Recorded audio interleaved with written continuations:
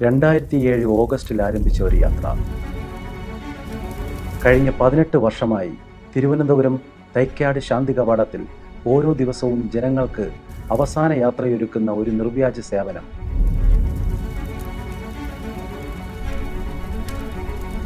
ദിവസേന ശരാശരി 18 മൃതദേഹങ്ങൾ, ഓരോന്നും 1.5 മണിക്കൂറിനകം ചാരമായി മാറുന്ന അതിസങ്കീർണമായ ദഹന പ്രക്രിയ. ഈ മുഴുവൻ പ്രവർത്തനത്തിന് പിന്നിൽ കാണപ്പെടാതെ നിശബ്ദമായി പ്രവർത്തിക്കുന്ന ഒരാൾ, ശാന്തി കവാടത്തിലെ ഫർണസ് ഓപ്പറേറ്റർ വിനോദ് കുമാർ. മരിച്ചയാളുടെ പേര് ഇതൊക്കെ എഴുതി എല്ലാം കഴിഞ്ഞിട്ട് ഞാൻ വെളിയിലോട്ട് ഇറങ്ങിയപ്പോഴത്തേക്ക് കൂടെ വന്ന ആള്, ഈ കർമ്മം ചെയ്ത ആള് പട്ടും കച്ച അഴിച്ച് മാറ്റിയിട്ടില്ല, നിന്ന് കുപ്പി ബാഗിൽ വെച്ച് ഒഴിച്ചടിച്ചോണ്ടിരിക്കും. എന്തിനു കരയണം? കാണിക്കാൻ വേണ്ടിട്ട്. അതാണ് കാര്യം. പക്ഷെ ഒരുപാട് റിസ്ക് ഉള്ള ഒരു ഇതാണ് കാര്യം. നിസ്സാരം നമ്മൾ ഈ ട്രോളിയുടെ പുറത്തെടുത്ത് വയ്ക്കുന്നപ്പോൾ ആ വയ്ക്കുന്ന സമയത്ത് ആ ട്രോളിയുടെ കമ്പൊന്ന് നീങ്ങിപ്പോയാൽ, നമ്മളൊന്ന് അശ്രദ്ധ എന്തെങ്കിലും നീങ്ങിപ്പോയി ബോഡി ഒന്ന് താന്നു പോയി കഴിഞ്ഞാൽ അപ്പോഴും അടിക്കാൻ നിന്ന ആൾക്കാരുണ്ട്. ശരിക്കും പറയാണ്, ആ പാല് കുടിക്കാനുള്ള ഒരു ടെൻഡൻസി ആയിരിക്കണം. ഒരു 6 മാസം അല്ലെങ്കിൽ ഒരു വയസ്സിനകത്തേ വരുള്ളൂ. അടുത്ത അതെ. പക്ഷെ അതൊരു അന്നും ഇപ്പോഴും എനിക്ക് ആലോചിക്കുമ്പോൾ ഒരു ഫീൽ ഉള്ളൊരു. നേരത്തെ സ്ത്രീകൾ കർമ്മം ചെയ്യാൻ പാടില്ല എന്ന് പറയാം, വീട്ടിൽ ചെയ്യാം, ശ്മശാനത്ത് വരില്ല, അങ്ങനെ ഒരു ആചാരമൊക്കെ ഉണ്ടായിരുന്നു.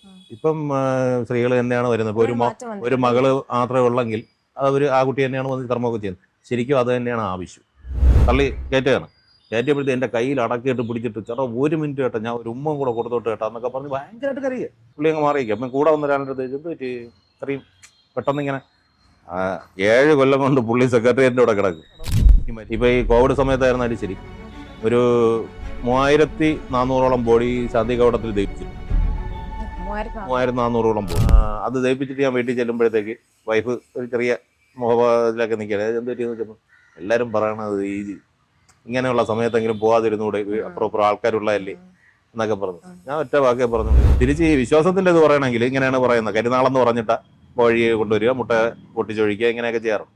ഞാനൊരു ഇതായിട്ട് അന്വേഷിച്ചപ്പോഴത്തേക്ക് ഇത് തിരുവനന്തപുരത്ത് മാത്രമുള്ള ഒരു സംവിധാനം ഈ കരുനാളെന്ന് പറയുന്നത്. ഇപ്പോൾ ഈ കോവിഡായിട്ട് ബന്ധപ്പെട്ട് നോക്കിയാൽ നമ്മളെ ഒരു ക്വാറന്റൈൻ പീരീഡ് 14 ദിവസം ക്വാറന്റൈനിൽ പറയും. ഇത് തന്നെയല്ലേ ഒരു മരണം നടന്ന വീട്ടിൽ 16 ദിവസം ഡൽഹിയിട്ട് ആചരിക്കും.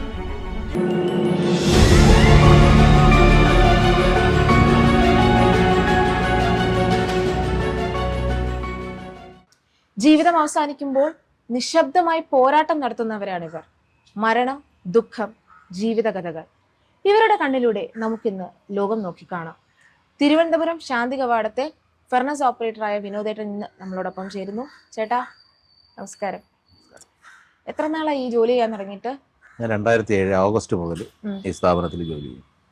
ഒരു ചെന്നൈ ബേസ് കമ്പനിയുടെ സ്റ്റാഫായിട്ടാണ് ജോലി ചെയ്യുന്നത്. ഇത്രയും നാളായിട്ട് ഈ ജോലി തന്നെയാണ് ചെയ്തു പോകുന്നത്. എത്ര വർഷം കാണും? 18 വർഷത്താണ്. 2007 ഓഗസ്റ്റിലാണ് ഇത് സ്റ്റാർട്ട് ചെയ്യുന്നത്. ആ സമയം തൊട്ടും. ഓക്കെ. എങ്ങനെയാണ് ചേട്ടന്റെ ഒരു ദിവസം പോകുന്നത്? രാവിലെ ഇവിടെ വന്നു കഴിഞ്ഞാൽ രാവിലെ ഞാൻ എൻ്റെ ഒരു ഇതിനായിട്ട് ബന്ധപ്പെട്ട അല്ലെങ്കിൽ പോലും ഞാൻ രാവിലെ 5 മണിക്ക് ഇവിടെ എത്തും. 5 മണിക്ക് വന്ന് മെഷീൻ്റെ ഓൺ ചെയ്യാനുള്ളതൊക്കെ ഓൺ ചെയ്ത് ബുക്കിംഗ് നോക്കിയിട്ടാണ് ഞാൻ പോകുന്നത്. അപ്പോൾ എത്ര ഉണ്ടെന്ന് നമുക്ക് അറിയാൻ പറ്റും. അപ്പോൾ അതനുസരിച്ചായിരിക്കും ബാക്കി നമുക്ക് റൊട്ടേറ്റ് ചെയ്യാൻ പറ്റും. പിന്നെ അത് കഴിഞ്ഞ് 8 മണി തൊട്ട് ഇവിടെ വർക്ക് സ്റ്റാർട്ട് ചെയ്യും. 8 മണി തൊട്ട് ബോഡി എടുക്കും. വൈകുന്നേരം 6 മണി വരെ. ഇപ്പം 4 മെഷീനുണ്ട്. ആദ്യം 2 എണ്ണം ആയിരുന്നു, ഇപ്പം 4 എണ്ണമാണ്. 2 ഇലക്ട്രിക്കൽ, 2 ഗ്യാസ്. അതിൽ ശരാശരി ഒരു 22 ബോഡിയോളം ഒരു ദിവസം നമുക്ക് എടുക്കാൻ പറ്റും. 1.5 മണിക്കൂർ ഗ്യാപ്പിൽ. ഒരു ദിവസം ഒരു ബോഡി തീരാനായിട്ട് 1.5 മണിക്കൂറാണ്. അങ്ങനെ 1.5 മണിക്കൂർ ഗ്യാപ്പിട്ട് എടുക്കാം. പിന്നെ അതിൽ രാഹുർ കാലം വരുന്ന അതുകൊണ്ട് രാഹുർ സമയത്ത് ബോഡി അങ്ങനെ ആരും കൊണ്ടുവരാറില്ല. അപ്പൊ അതൊക്കെ ഒഴിവാക്കി കഴിഞ്ഞാൽ ഒരു 18 ബോഡി ശരാശരി ഒരു ദിവസം ചെയ്യുന്നുണ്ട്. ഇവിടെ ഇങ്ങനെ ഹിന്ദുസ് മാത്രമാണോ വരുന്നത് അതോ മറ്റ്? അല്ല, നേരത്തെ മുസ്ലിംസ് കുറവാണ്. ഇത് ബേസ് ചെയ്ത് നോക്കണേ കുറവാണ്. പക്ഷെ എന്നാലും അപൂർവം കേസുകൾ വരുന്നുണ്ട്. പിന്നെ ക്രിസ്ത്യൻസ് വരുന്നുണ്ട്. ക്രിസ്ത്യൻസ് ചിലർ രേഖാമൂലം എഴുതി വെക്കാറുണ്ട്, എന്നെ ശാന്തി കവാടത്തിൽ ദഹിപ്പിച്ചാൽ മതി എന്നും പറഞ്ഞ് എഴുതി വെക്കാറുണ്ട്. അങ്ങനെയുള്ള ആൾക്കാരെ കൊണ്ടുവരുന്നുണ്ട്. പിന്നെ അല്ലാതെ ആരെങ്കിലും ഇല്ലാത്ത ആൾക്കാരെ അങ്ങനെയൊക്കെ ആണെന്നുണ്ടെങ്കിൽ അതൊന്നും നോക്കാറില്ല, അങ്ങനെ കൊണ്ടുവരാറുണ്ട്. ഇവിടെ വന്നു കഴിഞ്ഞാൽ ഹിന്ദു ഇതാണെന്നുണ്ടെങ്കിൽ അങ്ങനെ കർമ്മമൊക്കെ ചെയ്യാം, അങ്ങനെയൊക്കെയുള്ള ഇതുണ്ട്. അത് കഴിഞ്ഞ് ക്രിസ്ത്യൻസ് ആണെന്നുണ്ടെങ്കിൽ അവരുടെ ആചാരപ്രകാരം പ്രാർത്ഥിക്കാനും അങ്ങനെയുള്ള സംവിധാനം ഇവിടെ ഉണ്ട്. അപ്പോൾ അത് കഴിഞ്ഞതിന് ശേഷം ബോഡി ക്രിമിനേഷൻ ചെയ്യുന്നു എന്നുള്ളത്. മറ്റ് സംവിധാനമില്ല, അടക്കുക എന്നുള്ള സംവിധാനം ഇല്ല, ക്രിമിനേഷൻ ചെയ്യാനുള്ളത് മാത്രമേ ചെയ്യുന്നത്. ഇപ്പോ അനാഥമായ ബോഡി വരുന്നതിനെ കുറിച്ച് ചേട്ടൻ പറഞ്ഞല്ലോ, അതിന് മറ്റെന്തെങ്കിലും ഫോർമാലിറ്റികളൊക്കെ ഉണ്ടോ? അല്ല, ഫോർമാലിറ്റീസ് എന്ന് പറയുന്നത് സർക്കാരിന്റെ തന്നെ ഒരു ഫോർമാലിറ്റീസ് ഉണ്ട്. ഒരു മൃതദേഹം, അതായത് ഇപ്പോൾ 9-ാം വാർഡിലൊക്കെ കിടന്ന് മരിക്കുക, ആളും പേരൊന്നുമില്ലാത്ത മരിക്കുക, അല്ലെങ്കിൽ റോഡിൽ കിടന്നൊരു മൃതശരീരം കിട്ടിക്കഴിഞ്ഞാൽ നഗരസഭയായിട്ട് അല്ലെങ്കിൽ വേറെ ആരെങ്കിലും അവിടെ ഹോസ്പിറ്റലിൽ എത്തിച്ചു കഴിഞ്ഞാൽ അവരുടെ ബാക്കിയുള്ള കാര്യങ്ങൾ പോലീസ് പ്രൊസീജിയേഴ്സ് ഉണ്ട്. അതായത് ആളിനെ തിരിച്ചറിയാനായിട്ടുള്ള നോട്ടീസ് കൊടുക്കുക, സ്ഥലം സ്റ്റേഷൻ അഡ്രസ്സ് എന്തെങ്കിലും ഉണ്ടെങ്കിൽ സ്ഥലം സ്റ്റേഷനിൽ കൊടുക്കുക, പിന്നെ അല്ലെങ്കിൽ പത്രങ്ങളിൽ പരസ്യം ചെയ്യുക, അതിനുശേഷം ഇത്ര ദിവസം കാത്തിരിക്കണം എന്നൊക്കെ ഉണ്ട്. അപ്പോൾ ഏകദേശം ഒരു 10-30 ദിവസം, അതിൻ്റെ ഒരു 30-40 ദിവസത്തോളം കഴിഞ്ഞിട്ടാണ് ഇവിടെ കോർപ്പറേഷന് മെഡിക്കൽ കോളേജിൽ നിന്ന് പേപ്പർ കൊടുക്കും. ഇത്ര ബോഡി പേപ്പർ ആയിട്ടുണ്ടെന്ന് പറഞ്ഞു അത് ഇവിടുത്തെ സ്റ്റാഫ് പോയി എടുത്തുകൊണ്ട് വരികയായി. അങ്ങനെ ഒരു മാസം ഒരു 10-30 ബോഡി അങ്ങനെ വരുന്നുണ്ട് അനാഥ ബോഡിയായിട്ട്. ചേട്ടൻ ആദ്യമായിട്ട് ഒരു ശവസംസ്കാരം ചെയ്തപ്പോ ഉണ്ടായ ഒരു മാനസികാവസ്ഥ? നമ്മൾ കമ്പനി ഇവിടെ സ്റ്റാർട്ട് ചെയ്ത് കഴിഞ്ഞപ്പോഴത്തേക്ക് 17 മൃതശരീരം അനാഥ ബോഡി തന്നെ ദഹിപ്പിച്ചിട്ട് അതിന്റെ ട്രയൽ റണ്ണൊക്കെ നടത്തി. അപ്പൊ ആ ഒരു അറപ്പ് അതിലങ്ങ് ഇതാവുന്നുണ്ട്. പക്ഷെ അതിനേക്കാൾ ഉപരി നമ്മൾ മരിച്ച ഒരാളിന്റെ ഇതല്ല നമ്മൾ ചിന്തിക്കുന്ന, കൂടെ വരുന്ന മക്കളുടെ അല്ലെങ്കിൽ ചെറുമക്കളുടെയൊക്കെ ഒരു കണ്ണീരെന്ന് പറയണത്, അവർ കരയുന്നതെന്ന് പറഞ്ഞു കഴിഞ്ഞാൽ ഇത്രയും നാൾ വളർത്തിയതൊക്കെയുള്ള ഒരു ഇതുകൊണ്ടായിരിക്കും. ആ ഒരു ഇതാണ് നമുക്ക് കൂടുതൽ ഫീൽ ചെയ്യുന്നത്. മരിച്ചാൾ ഇപ്പോൾ സ്വാഭാവിക മരണം ഇതാണ്. ഇപ്പോൾ നമ്മുടെ ഒരു വീട്ടിലൊരു മരണം നടന്നാലും നമ്മൾ അതുവരെ നമ്മൾ അച്ഛൻ്റെയോ അമ്മയുടെ ദേഹത്ത് ഒരു കർപ്പൂരോ അല്ലെങ്കിൽ ഒരു തീപ്പെട്ടിക്കൊള്ളി വയ്ക്കാൻ മടിക്കുന്നത് നമ്മൾ തന്നെയാണ് ചിതവരിക്കുന്നത്. അത് നമ്മളെ പഠിപ്പിച്ച് വെച്ചിരിക്കുന്ന ഒരു രീതിയാണ്. അപ്പം അതുകൊണ്ട് അതല്ല. പക്ഷേ ഈ വരുന്ന ആൾക്കാരുടെ കണ്ണീരെന്ന് പറയുന്നതും അവരുടെ അപ്പോഴത്തെ ഒരു ഇതെന്ന് പറയുന്നത് നമുക്ക് വരാതെ ഫീൽ ചെയ്യാം. ചെറിയ കുട്ടികളൊക്കെ വരാറില്ലേ? ചെറിയ കുട്ടികൾ വരാറുണ്ട്. നേരത്തെ സ്ത്രീകൾ വരില്ലായിരുന്നു ഇവിടെ. ഇപ്പം ഈ ഒരു സംവിധാനമൊക്കെ വന്നതിന് ശേഷം സ്ത്രീകൾ തന്നെ വരുന്നുണ്ട്. അവർ കർമ്മം ചെയ്യാറുണ്ട്. പിന്നെ കൊച്ചുകുട്ടികൾ ഇപ്പം ഒരു 35-40 വയസ്സായ ഒരാളും ഇരിക്കും. പണ്ടൊക്കെ വിശ്വാസങ്ങൾക്ക് എതിരാണെന്ന് പറഞ്ഞ് അങ്ങനെ സ്ത്രീകൾ, അത് നേരത്തെ സ്ത്രീകൾ കർമ്മം ചെയ്യാൻ പാടില്ല എന്ന് പറയും. വീട്ടില് ചെയ്യാം, ശ്മശാനത്ത് വരില്ല, അങ്ങനെ ഒരു ആചാരമൊക്കെ ഉണ്ടായിരുന്നു. ഇപ്പം സ്ത്രീകൾ തന്നെയാണ് വരുന്നത്. ഇപ്പൊ ഒരു മകള് മാത്രമേ ഉള്ളെങ്കിൽ അവർ ആ കുട്ടി തന്നെയാണ് വന്ന് കർമ്മമൊക്കെ ചെയ്യുന്നത്. ശരിക്കും അത് തന്നെയാണ് ആവശ്യം. കാര്യം എന്ന് വെച്ച് കഴിഞ്ഞാൽ ഇപ്പം എനിക്കൊരു മകളുണ്ട്, ഒരു മകനുണ്ട്. എന്നാലും ഇപ്പോൾ മകള് മാത്രമേ ഉള്ളൂ. അപ്പോൾ അതുകൊണ്ട് ആ കൊച്ചിനെ മാറ്റി നിർത്തിയിട്ട് വേറൊരു അനിയന്റെയോ ചേട്ടന്റെയോ കുഞ്ഞുങ്ങൾ ആരെങ്കിലും വെച്ച് ചെയ്ത് കഴിഞ്ഞാൽ അതൊരു യാന്ത്രികമായി. മറ്റതൊന്നുമില്ല. അതെ, പ്രാർത്ഥനയെങ്കിലും ഉണ്ടാവും. എൻ്റെ അച്ഛന് മോക്ഷം കിട്ടണമെന്ന് പറഞ്ഞൊരു പ്രാർത്ഥന ഉണ്ടാവും. അതൊരു വലിയ കാര്യമാണ്. അപ്പോൾ അത് തന്നെയാണ് ആവശ്യവും. ഇപ്പം അതിനുള്ള അത് വരുന്നുണ്ട്. ആൾക്കാർ ആ ഒരു മാറ്റം വന്നു കഴിഞ്ഞു. പിന്നെ ഇവിടെ കൊടുത്തേക്കുന്ന ഫെസിലിറ്റി അതാണ്. സാധാരണ ഒരു ശ്മശാനത്തിന്റെ ഒരു അന്തരീക്ഷം അല്ലല്ലോ. അപ്പൊ അതുകൊണ്ട് തന്നെ വരുന്നുണ്ട്. അവർ ഭംഗിയായിട്ട് തന്നെ കാര്യങ്ങൾ ചെയ്തു പോകുന്നുണ്ട്. ഞാൻ ആദ്യമായിട്ട് ഇങ്ങോട്ട് വരുന്നപ്പോൾ ഞാൻ എങ്ങനെയായിരിക്കും ഇവിടുത്തെ രീതികളെന്നൊക്കെ വിചാരിച്ചു. പക്ഷെ വളരെയധികം ഒരു കാമൻ പോസിറ്റീവ് അറ്റ്മോസ്ഫിയർ. ഇപ്പം നമുക്കിപ്പം ചിലർക്ക് ഇത് അറിയില്ല. ഇപ്പോഴും എല്ലാവരും കോമൺ ആയി കഴിഞ്ഞു. നമ്മൾ ജോലിക്ക് വരുന്ന സമയത്ത് ഇതെങ്ങനെയാണ് ഇതിന്റെ പ്രവർത്തനം എന്ന് നാട്ടുകാർക്ക് അറിയില്ല. അപ്പൊ അവര് ചെയ്യുന്നത് വെച്ചാൽ കറണ്ട് അടിച്ച കരിച്ചു കളയാണോ എന്നൊക്കെ ഒരു ധാരണ ഉണ്ടായിരുന്നു. അപ്പൊ എന്റെ വീട്ടിലുൾപ്പെടെ അവര് ചോദിക്കുന്നത് വെച്ച് കഴിഞ്ഞാൽ അവിടെ ആൾക്കാർ വരുന്നത് എങ്ങനെയാണ് അല്ലെങ്കിൽ ഇങ്ങനെയൊക്കെ ചിന്തിച്ചിട്ടുണ്ട്. ഒരു വിഷയമില്ല. ഇത്രയും നല്ലൊരു അറ്റ്മോസ്ഫിയർ കോർപ്പറേഷൻ ഒരുക്കി വെച്ചിട്ടുണ്ട്. അപ്പം സുഖമായിട്ട് ആൾക്കാർക്ക് വരാൻ നിൽക്കാം. പണ്ടെന്ന് പറഞ്ഞത് മൊത്തം ഒരു വേസ്റ്റ് ആയിട്ട് കിടന്നൊരു സ്ഥലമായിരുന്നു. അപ്പോൾ അതൊക്കെ മാറി. ഇപ്പോൾ ആൾക്കാർ സുഖമായിട്ട് വരുന്നുണ്ട്, കാര്യങ്ങൾ ചെയ്യുന്നുണ്ട്, ഒക്കെ ചെയ്തു പോകുന്നുണ്ട്. ഒരു ഇതുമില്ല. സ്ത്രീകളെ മാറ്റി നിർത്തുക അങ്ങനെ ഒരു ഇതുമില്ല. എല്ലാ രീതിയിലും കർമ്മം ചെയ്യാനുള്ള സംവിധാനം മറ്റു കാര്യങ്ങളെല്ലാം ഒരുക്കി വയ്ക്കുന്നതുകൊണ്ട് തന്നെ ആൾക്കാർ വരുന്നുണ്ട്, ചെയ്യുന്നുണ്ട്. ഈ ഒരു ഇതേ ഉള്ളൂ. നമ്മളിപ്പോൾ ഈ ആൾക്കാരുടെ ഒരു മനോഭാവം വല്ലാത്തൊരു ഇതാണ്. ഇപ്പൊ എന്റെ അടുത്തും ചോദിച്ചിട്ടുണ്ട്, ബുദ്ധിമുട്ടുണ്ടായിട്ടുണ്ടോ? നമ്മളെ കൂടെ പറഞ്ഞില്ലെങ്കിൽ ഞാനൊരു പൊതുപ്രവർത്തനമായിട്ടൊക്കെ നടന്ന ആളാണ്. ഇപ്പൊ സാംസ്കാരിക സംഘടനകളിലും ഒക്കെ. പക്ഷെ നമ്മളെ കൂടെ പറഞ്ഞില്ലെങ്കിലും ഇന്നടുത്ത് നല്ലേ വരുന്നത് എന്ന് ചോദിക്കുന്ന സന്ദർഭങ്ങൾ ഒരുപാടുണ്ടായിട്ടുണ്ട്. നമ്മളിപ്പോ ഒരു കല്യാണത്തിനോ എന്തെങ്കിലും പോകുമ്പോഴായിരുന്നാലും തീർച്ചയായിട്ടും ചോദിക്കാറുണ്ട്, ഡ്യൂട്ടി ഇന്ന് കയറിയില്ലേ, അല്ലെങ്കിൽ ഇന്ന് ഡ്യൂട്ടിക്ക് പോയില്ലേ എന്ന് ചോദിക്കാറുണ്ട്. അത് നമുക്കത് എത്രയും അറിയാവുന്ന ആളായിരിക്കും ഒക്കെ ആയിരിക്കും ചോദിക്കുന്നത്. പക്ഷെ ചോദിക്കുമ്പോൾ നമുക്ക് ഫീൽ ചെയ്യാറുണ്ട്. കാര്യം എന്ന് വെച്ച് കഴിഞ്ഞാൽ സാധാരണ ഒരു ഓഫീസിൽ പോകുന്നതല്ല, നീ അത് കഴിഞ്ഞിട്ടാണോ ഇവിടെ വരുന്നത് എന്നുള്ള നിലയിൽ ചോദിക്കാറുണ്ട് ആൾക്കാരും ഉണ്ട്. അപ്പോൾ ആദ്യമൊക്കെ ഞാൻ ചെയ്യുന്നത് വെച്ച് കഴിഞ്ഞാൽ കല്യാണം ഇതൊക്കെ ഉണ്ടെങ്കിൽ 2 ദിവസം മുമ്പേ ആ വീട്ടിലൊന്ന് പോയി തരാൻ കാണിച്ചു. അങ്ങനെയൊക്കെ ഉണ്ടായിരുന്നു. കാര്യം അവർക്കൊരു ബുദ്ധിമുട്ടാവണ്ട എന്ന് കരുതി. നമുക്ക് പ്രശ്നമൊന്നുമില്ല. പിന്നെ അതിപ്പോൾ എല്ലാവർക്കും അറിയാം. പിന്നെ നമ്മളിപ്പോൾ അന്ന് ഒരു ശ്മശാനത്തിലെ ജോലിക്കാരനെന്ന് പറയുമ്പോഴത്തേക്കൊരു കാഴ്ചപ്പാടുണ്ട്. ആൾക്കാരുടെ രീതി. ശരിക്കും ശവം കത്തിച്ചിട്ട് വരുന്ന ആളിനെ ഹിന്ദു ആചാരപ്രകാരം പറയാ, കത്തിച്ചിട്ട് വരുന്ന ആളിനെ എതിരെ പോകാൻ പാടില്ലെന്ന് പറയും. അങ്ങനെയൊക്കെ ഉണ്ട്. പണ്ട് കാലത്ത് നമ്മൾ നടന്നു പോകുമ്പോഴത്തേക്കായിരുന്നാലും എതിരെ വരുന്ന എതിർപ്പ് നോക്കാന്ന് പറയാം. എതിർപ്പ് നോക്കുമ്പോഴത്തേക്ക് ഇങ്ങനെ ഒരാൾ വരികയാണെങ്കിൽ ഞാനതൊന്നും മൈൻഡ് ചെയ്യാറില്ല. അവർക്ക് ആണെങ്കിൽ നമുക്കെന്ത്, നമ്മൾ ചെയ്യുന്ന പ്രവൃത്തി അത് ഇതെന്നുള്ളതല്ല. ഏത് ജോലിയിലായിരുന്നാലും പുണ്യം കിട്ടുന്ന ഒരു പ്രവൃത്തി. അങ്ങനെ ഒരുപാട് പേര് എന്നെ വിളിക്കാറുണ്ട്. ഇവിടെ എന്ന് കാണുന്നവരുണ്ട്. ഒരു ഡോക്ടറുണ്ട്, എന്നെ എല്ലാ കൊല്ലവും എന്തെങ്കിലും പുള്ളിയുടെ വീട്ടിലൊരു ഫംഗ്ഷൻ നടന്നാൽ പാതിരാത്രിയായാലും എന്നെ വിളിച്ച് സുഖവിവരം അന്വേഷിക്കും. പുള്ളി ശ്രീകണ്ഠേശ്വര ഭക്തനും കൂടെയാണ്. പുള്ളി അന്വേഷിക്കുകയും ചെയ്യും. പുള്ളി എന്നിട്ട് എൻ്റെ അടുത്ത് തന്നെ പറയാറുണ്ട്, വിനോദ് ഞാൻ കണ്ടതിൽ വെച്ച് ഏറ്റവും നല്ല പോയറ്റിയാണെന്നാണ് പറയുന്നത്. അതിന് വേറെ ഒന്നുമല്ല, ഇങ്ങനെ ഇത്രയും എണ്ണത്തിന് ചെയ്യുന്നത്. ഇതിനപ്പുറം ഒരു പുണ്യകർമ്മം ഇല്ല എന്ന് പറയുന്നവരും ഉണ്ട്. വേറെ ജോലിക്കൊന്നും പൊക്കൂടെ എന്ന് ചോദിക്കുന്നവരും ഉണ്ട്. ശരി. അതുകൊണ്ട് ഒരുപാട് പേര് ചോദിക്കുന്നുണ്ട്. ഞാൻ എന്നെ സംബന്ധിച്ചിടത്തോളം പറയണമെങ്കിൽ പല ഫീൽഡിലും ഒക്കെ നിന്ന് ജോലി ചെയ്തുകൊണ്ടിരുന്ന ഇവിടെ വന്ന് ഞാൻ സാറ്റിസ്ഫാക്ഷൻ. കാര്യം വെച്ച് കഴിഞ്ഞാൽ മഴയെന്ന വെയിലൊന്നും അറിയേണ്ട ഒരു സ്ഥാപനത്തിൽ ജോലി ചെയ്ത് പോകുന്നു. അവിടെ സാമ്പത്തികത്തിനുള്ളതിലുപരി നമുക്ക് ചെയ്യാൻ പറ്റുന്ന ഒരു പുണ്യകർമ്മം ചെയ്തു പോകുന്നത്. ഇപ്പോൾ ഇതുകൊണ്ടാണ് ഞാനും എൻ്റെ കുടുംബം വരുന്നത്, എൻ്റെ കൂടെ സ്റ്റാഫുകൾ ഇരിക്കുന്ന അവരും എല്ലാവരും ഇതുകൊണ്ട് ജീവിച്ചു പോകുന്നത്. ആർക്കും ഒരു പരാതിയില്ല, ഹാപ്പിയാണ്. പിന്നെ നമ്മൾ ഈ ആൾക്കാരുടെ ഒരു കാഴ്ചപ്പാട്, പണ്ട് കാലത്ത് അങ്ങനെ ജോലി ചെയ്യുന്നവർ അവരുടെ ജീവിത രീതിയും ഒക്കെ ഒതുങ്ങി അങ്ങ് ഇതായിപ്പോകും. അങ്ങനെയല്ല, നമ്മൾ വെൽ ഡ്രസ്സിൽ ഇപ്പോൾ എന്നെ കണ്ടു കഴിഞ്ഞാലോ ഞാൻ വേറെ അടുത്ത് പോയി കഴിഞ്ഞാലോ ഇന്ന ജോലിയാണ് ചെയ്യണമെന്ന് നമ്മൾ ചെയ്യേണ്ട കാര്യമില്ല. ഇന്നും പറഞ്ഞാലൊരു പ്രശ്നമാവേണ്ട കാര്യമില്ല. ഞാൻ ഇന്ന് ശ്രീനാശ്വര ക്ഷേത്രത്തിൽ ചെന്ന് തൊഴുതിട്ട് വരുമ്പോഴത്തേക്ക് സാധാരണ എല്ലാവരും കണ്ടു കഴിഞ്ഞാൽ ഇവിടെ ജോലി എന്നൊക്കെ ഇങ്ങനെ ചോദിക്കണം. ഇന്ന് ഞാൻ ഇങ്ങനെ വന്നപ്പോൾ 2 വയസ്സായ ആൾക്കാർ ഇരിക്കുകയാണ്. അവർ എന്നിട്ട് ഒരാൾക്ക് പറഞ്ഞു കൊടുക്കുക, എന്നെ കാണുന്നത് ഡെയിലി കൈ കാണിക്കുന്ന ഒരാളാണ്, വയസ്സായ ഒരാൾ അവിടെ ഇരിക്കുക. ഞാൻ ഇങ്ങനെ നടന്നു വരുമ്പോഴത്തേക്ക് പുള്ളിയുടെ അടുത്ത് ശാന്തി കവടത്തിലെ ഇലക്ട്രിക്കലിൻ്റെ മെയിൻ ആളാണ് അത് പോകുന്നതെന്ന് പറഞ്ഞു. അപ്പോൾ ഞാൻ അത് കേട്ടു. അപ്പോൾ ഞാൻ പുള്ളിയുടെ അടുത്ത് നിന്ന് സംസാരിച്ചപ്പോൾ ഒരു വയസ്സായ ആളാണ്, ഭവ്യതയോടെയാണ് എൻ്റെ അടുത്ത് സംസാരിച്ചതും കാര്യങ്ങൾ. അപ്പോൾ പുള്ളി ഒരു ബഹുമാനത്തോടെ കണ്ടതുകൊണ്ടാണ്. അപ്പോൾ അത് അല്ലെങ്കിൽ ഇതിനൊന്നും പറഞ്ഞിട്ട് പരിചയപ്പെടുത്തല്ല, രഹസ്യമായിട്ട് പറഞ്ഞു കൊടുക്കുകയാണ് എൻ്റെ അടുത്ത ആളാണ്. അത് നമ്മൾ എന്ത് വിചാരിക്കുന്നത് ചിന്തിച്ചിട്ടാവാം. ഞാൻ അഭിമാനത്തോടെ പറയുന്നത് ഞാനിത് ഈ ഫീൽഡിൽ ഹാപ്പിയാണ്. അതുമായിട്ട് ഇപ്പം ഇവിടെ നിന്നുള്ളതല്ല, കേരളത്തിനകത്ത് പലയിടത്തും ഉണ്ട്. എല്ലായിടവും ഇപ്പം ഈ കോവിഡ് സമയത്തായിരുന്നാലും ശരി, ഒരു 3400ഓളം ബോഡി ശാന്തി കവടത്തിൽ ദഹിപ്പിച്ചിട്ടുണ്ട്. 3400ഓളം ബോഡി. അതുപോലെ തന്നെ കിളിമാനൂരുണ്ട്, മറ്റു സ്ഥലങ്ങളിലെല്ലാം ഇതിനെല്ലാം ഞാൻ നേതൃത്വം കൊടുത്ത് തന്നെയാണ് ചെയ്തിട്ടുള്ളത്. അന്ന് രാവിലെ 8 മണിക്ക് ഡ്യൂട്ടി കയറി 12 മണി വരെയൊക്കെ ചെയ്യേണ്ടി വന്നിട്ടുണ്ട്. വേറെ ഒന്നും മോചിച്ചിട്ടല്ല. കാര്യം നമ്മളൊരു അതുവരെ ജീവിച്ചത് ഇതാണ്. ഇപ്പോൾ ഒരു നിർണയ ഘട്ടം വരുമ്പോൾ നമ്മൾ മാറിയിക്കുക എന്ന് പറയാൻ പാടില്ല. അതുകൊണ്ട് കോർപ്പറേഷനും അറിയാതെ അവരെല്ലാം നമ്മളെ ആ സമയത്ത് സത്യമായിട്ട് പേടിച്ചിട്ടില്ല. എന്തെന്നറിയോ, ഞാൻ അപ്പോൾ മെഡിക്കൽ ട്രീറ്റ്മെന്റ് ഒക്കെ കഴിഞ്ഞിട്ട് നിൽക്കുന്ന ഒരു സമയമായിരുന്നു. പേടിച്ചിട്ട് കാര്യമില്ല, നമ്മൾ അതുവരെ നിന്ന ഒരു ഫീൽഡാണ്.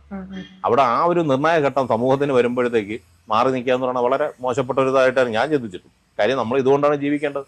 നമ്മൾ ഇത് നമുക്ക് എന്താണെന്നറിയോ, ഇപ്പം നമ്മൾ മാറി നിൽക്കുകയാണെങ്കിൽ അത് ചെയ്യാൻ വേറെ ആൾ വരും. അതോടുകൂടി നമ്മുടെ വീട്ടിൽ പോയിരിക്കും. അനുഗ്രഹം വേറെ തന്നെയാണ് തീർച്ചയായും. അപ്പൊ അന്നത്തെ ഒരു ഇതെന്ന് പറയുന്നത് ബന്ധുക്കളില്ല കൂടെ, രാഷ്ട്രീയക്കാരില്ല, സമുദായ ആൾക്കാരും ഈ ആരോഗ്യ പ്രവർത്തകരോ അല്ലെങ്കിൽ പാവപ്പെട്ട നഗരസഭയിലെ കുറച്ച് ജീവനക്കാരുണ്ടായിരുന്നു, തുമ്പൂർമൊഴി ജീവനക്കാർ. അവരാണ് അതിനെ കൊണ്ടുവരുന്നത്. അവരൊക്കെ എത്ര നമ്മൾ നമിച്ചാലും തീരില്ല. അവർ കൊണ്ടുവന്ന ബോഡി തിരിച്ച് ഇവിടുത്തെ പേപ്പർ വർക്ക് ഇതൊക്കെ കഴിഞ്ഞ് കഴിഞ്ഞാൽ നമ്മളിങ്ങനെ ദഹിപ്പിച്ചുകൊണ്ടിരിക്കുക. 1.5 മണിക്കൂർ കഴിയുന്നു, അടുത്ത ആൾ വരുന്നു, എല്ലാം വെരിഫൈ ചെയ്തൊക്കെ വരുന്നതാണ്. അതുകൊണ്ട് പിന്നെ നമുക്ക് അതിൽ വേറെ ഒന്നുമില്ല, ചെയ്തുകൊണ്ടിരിക്കുക. ഞാൻ ഫസ്റ്റ് ബോഡി എന്ന് പറഞ്ഞാൽ വഞ്ചൂരിലുള്ള രമേശ് എന്ന് പറഞ്ഞിട്ട് ഒരു പാർട്ടിയുടെ ബോഡിയായിരുന്നു. അപ്പോൾ നമ്മളതെല്ലാം രേഖകൾ എഴുതിയൊക്കെ വയ്ക്കുന്നത്. അപ്പം അത് ദഹിപ്പിച്ചിട്ട് ഞാൻ വീട്ടിൽ ചെല്ലുമ്പോഴത്തേക്ക് വൈഫ് ഒരു ചെറിയ മുഖഭാവത്തിലൊക്കെ നിൽക്കുകയാണ്. എന്ത് പറ്റിയെന്ന് വെച്ചപ്പോൾ എല്ലാവരും പറയണത് ഈ ഇങ്ങനെയുള്ള സമയത്തെങ്കിലും പോകാതിരുന്നൂടെ, അപ്പുറം ആൾക്കാരുള്ളതല്ലേ എന്നൊക്കെ പറഞ്ഞു. ഞാൻ ഒറ്റ വാക്കേ പറഞ്ഞുള്ളൂ, എനിക്കറിയാം ആ ബോഡിയിൽ കോവിഡ് ഉണ്ടെന്ന്. കോവിഡ് ബോഡിയാണ്, ഞാൻ നീങ്ങി. ഈ പറഞ്ഞ ആൾക്കാരുടെ അടുത്ത് വരുന്ന ആൾക്കുണ്ടോ ഇല്ലെന്ന് അവർക്ക് അറിയില്ലല്ലോ. അപ്പൊ അത് അവർക്കാണ് പെട്ടെന്ന് പകരാൻ ചാൻസ്. നമുക്ക് കുറച്ച് കൺട്രോൾ ചെയ്ത് നിൽക്കാൻ പറ്റും. എൻ്റെ ഏറ്റവും വലിയ പുണ്യം എന്ന് പറയുന്നത് എൻ്റെ വീട്ടിൻ്റെ ഒരു വ്യത്യാസത്തിലുള്ളവർക്ക് പോലും കോവിഡുകൾ ഉണ്ടായിരുന്നു. പലർക്കും വന്നു, കോവിഡ് വന്നു. വീട്ടിൽ ക്വാറന്റൈനിലൊക്കെ ഇരുന്ന ആൾക്കാരെല്ലാം ഉണ്ട്. ഞാൻ എല്ലാ ദിവസവും ഡ്യൂട്ടി ചെയ്തു. 6 മാസമായ എൻ്റെ കുഞ്ഞ് ഉണ്ട് വീട്ടിൽ. ആ കുഞ്ഞിന് പോലും കോവിഡ് വന്നിട്ടില്ല. അതായത് ഭയങ്കര ഭാഗ്യമായിട്ടാണ് കാണുന്നത്. കാര്യം വെച്ചാൽ എൻ്റെ വീട്ടിൽ ആർക്കും വന്നിട്ടില്ല, എനിക്ക് വന്നിട്ടില്ല, എൻ്റെ കൂടെയുള്ള സ്റ്റാഫുകൾക്ക് ആർക്കും വന്നിട്ടില്ല.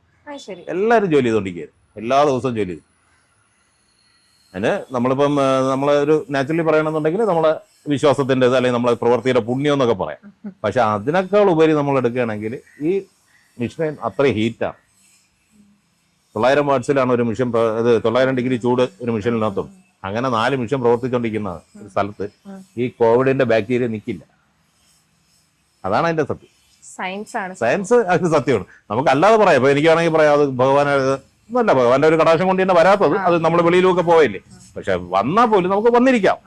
ഞാൻ ഒരിക്കൽ ടെസ്റ്റ് ചെയ്തിട്ടേ ഉള്ളൂ, വന്നിരിക്കാം. ആ സമയത്തില്ലായിരുന്നു, വന്നിരിക്കാം. പക്ഷെ വന്നിട്ട് നിങ്ങൾക്ക് കോണ്ടാക്ട് ദഹിപ്പിക്കുന്ന സമയത്ത് മാത്രമാണ് വരുന്നത്. അത്രേ ഉള്ളൂ. ഇവിടെ വന്നു കഴിഞ്ഞാൽ ആംബുലൻസിൽ നിറക്കി വെക്കുന്ന സമയത്ത് പിന്നെ ചില അന്നെന്ന് പറഞ്ഞാൽ എനിക്ക് 24 മണിക്കൂർ ഫോണായിരുന്നു. ഫോൺ ഇങ്ങനെ വന്നുകൊണ്ടിരിക്കും. രാത്രിയാകുമ്പോൾ വിളിച്ചിട്ട് ഇവിടെ ഉണ്ടാവുമോ ഇങ്ങനെ കൊറോണ സമയത്ത്. കാര്യം ബാക്കിയൊക്കെ വെച്ചാൽ ആരെങ്കിലും ഒക്കെ കാണുമല്ലോ, ഓഫീസിൽ വിളിക്കാതെ. അന്ന് പിന്നെ വേറെ ആരും ഇല്ല, നമ്മളേ ഉള്ളൂ ചെയ്തുകൊണ്ടിരിക്കുന്ന സമയത്ത്.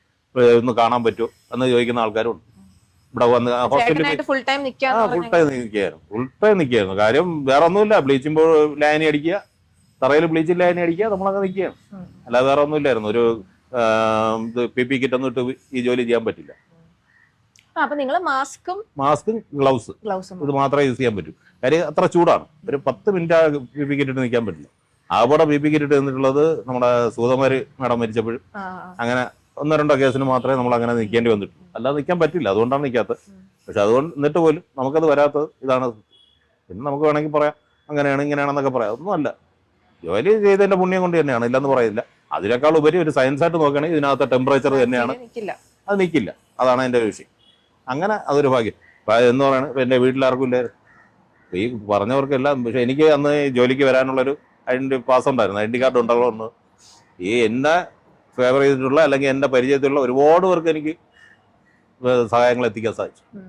ഒരുപാട് പേർക്ക്.